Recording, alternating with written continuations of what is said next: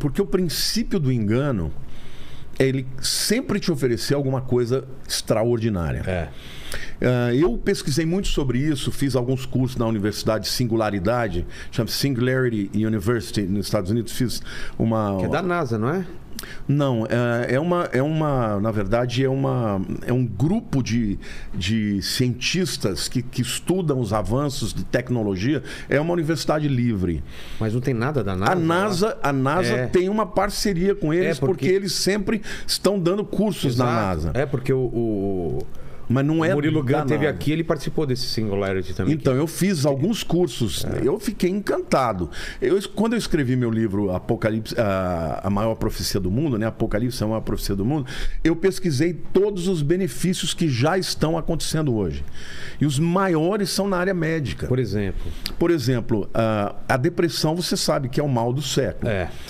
Depois de ataque cardíaco, a depressão é o que mais mata hoje, mais do que câncer.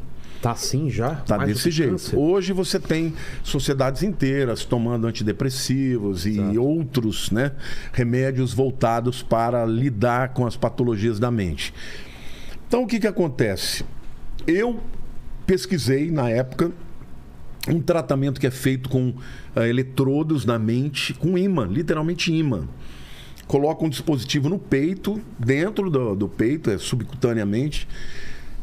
E o indivíduo ele recebe algumas sessões, né, eletromagnéticas para acabar com a depressão. Eu tinha uma ovelha, né, um amigo muito querido que lutou muitos anos com depressão.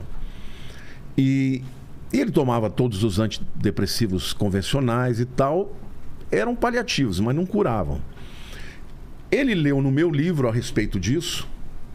Ele falou, eu quero experimentar, o que você acha? Eu falei, olha, eu coloquei como uma forma que pode ser negativa, mas nas pesquisas que eu fiz, eu verifiquei que de fato cura. É mesmo?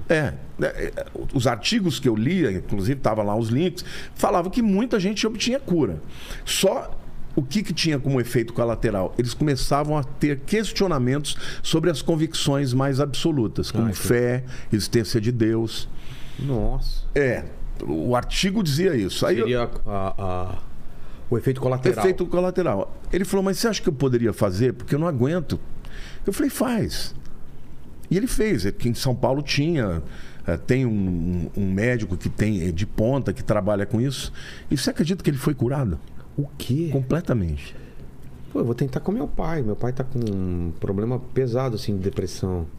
Completamente. Eletrodos. Eram tipo eletrodos na mente, aqui no cérebro. Poxa. E eram sinais, né, eletromagnéticos. Eram ímãs. Ele mudou a opinião sobre alguma coisa muito básica dele? Não, ele não... Até porque eu discipulava, estava sempre conversando. O que ele falou para mim? Os pensamentos que me feriam, eu deixei de ter. Porque a depressão ou a ansiedade e tal, ela vem desses pensamentos intrusivos e repetitivos, né? Você quer pensar em coisa boa e vem coisa ruim. Eu já passei por algo parecido. Então, aí que tá. O que vem primeiro? Vem a química ou vem o pensamento? Exato. Eu, pessoalmente, acredito que tem uma origem espiritual, mas que tem um espelhamento do mundo espiritual no mundo fisiológico. Ou seja, a pessoa que passa por essas patologias, ou depressão, ou toque, que são esses pensamentos obsessivos, compulsivos, que se repetem, eles têm, de fato, um distúrbio químico no cérebro. E aí você... falta... No caso da depressão, é a ausência dos neurotransmissores. Tanto é que, por exemplo, o que são os remédios, por exemplo, a depressão? São o que eles chamam de os inibidores, né, de recaptação de serotonina. Como é que funciona? Você tem, por exemplo, os neurônios, né, que são as células do cérebro. Entre um neurônio e o outro, você tem as chamadas fendas sinápticas, porque eles não se tocam. Eles ficam muito pertinho do outro e tem ali uma pequena fenda que ela é preenchida por esses neurotransmissores que facilitam, por exemplo, que o pensamento passe de um neurônio para o outro. Quando uma pessoa está num processo de depressão, profunda, por exemplo, a ausência desses neurotransmissores faz com que a velocidade de pensamento seja até 40 vezes mais lenta. Olha só. Então a pessoa ela fica prostrada, ela não consegue levantar. Qualquer atitude que ela tem que tomar é um peso para ela. Então, uma pessoa dessa, ela não está com um problema de tristeza, ela está com um problema químico. Exato. E o que o inibidor de recaptação de serotonina faz? Porque a serotonina está lá no meio dos dois neurônios. O sinal elétrico que vai de um neurônio para o outro, ele não consegue ir porque está faltando o neurotransmissor. Quando você enche de neurotransmissor, você coloca ali neurotransmissor demais. Aí o sinal volta. Se ele tentar voltar, existe um bloqueio. Por isso que é um inibidor seletivo de recaptação de serotonina. Ou seja, ele só não permite que volte para cá, tá, a recaptação daquela serotonina. Aí a pessoa fica bem. Então esse é um tratamento químico que hoje a ciência já descobriu, ajuda muito. Só que isso não é tudo. Porque existem problemas da alma, da psique. Então são pensamentos ruins que podem ter muitas origens, traumas, né? Até a melancolia da pessoa, o sistema, vamos dizer assim, cerebral da pessoa. Quer dizer, tem uma série de coisas que aí vem a terapia dos psicólogos ou dos pastores e tal. No caso desse meu amigo, não tinha remédio que resolvesse o problema dele. Porque os pensamentos continuavam. Terapia. Nada. Eu orava com ele. Quando eu conversava com ele, ele ficava melhor. Eu saía de lá, ele estava mais alegre. Depois, uma semana depois, me ligava e falava: não estou conseguindo, não estou aguentando. Quando ele falou para mim, eu falei: olha, experimenta. Vai ver. Mas presta atenção se isso não vai começar a ter efeitos colaterais. E ele fez, e ele literalmente foi curado, nunca mais teve. Eu conversava com ele, mas não tem mais nada. Eu até fiquei chocado. Ele falou: mais nada. Os pensamentos foram embora, acabaram os pensamentos. Agora, veja, é uma intrusão. Você está começando a entender como é que funciona o cérebro. Entendeu? É o que o Harari fala. Antes eu sabia, as pessoas sabiam como matar o pernilongo, mas não conseguiam matar o pernilongo dos pensamentos dentro. Então, o avanço da ciência vai permitir tanto que esses dispositivos transformem os sentimentos das pessoas e até mesmo as compulsões, os exageros, as atitudes deslocadas. Agora, qual é o perigo disso, cara? Porque todo pensamento são ondas eletromagnéticas.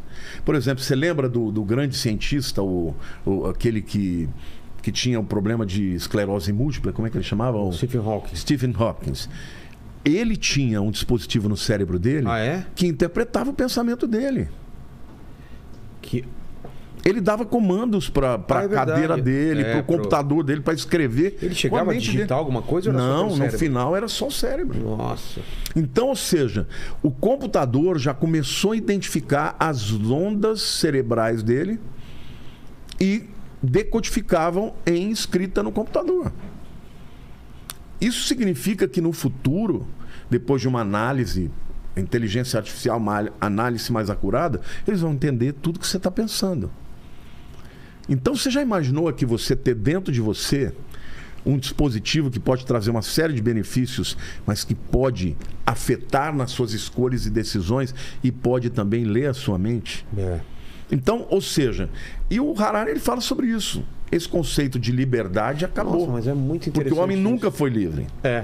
Mas vamos falar mais da parte espiritual afetando esses pensamentos intrusivos. A gente pode dizer que todas as vezes, algumas vezes ou a maioria das vezes é uma influência externa ou é uma influência da nossa cabeça, uma falta de alguma coisa? Não, eu acredito que sempre tem externa. Externa. Espiritual. É um demônio ou alguma coisa te soprando alguma coisa? Até para pensamentos que parecem que são seus. Porque às vezes você pensa em coisas que parece que não foi o que você pensou.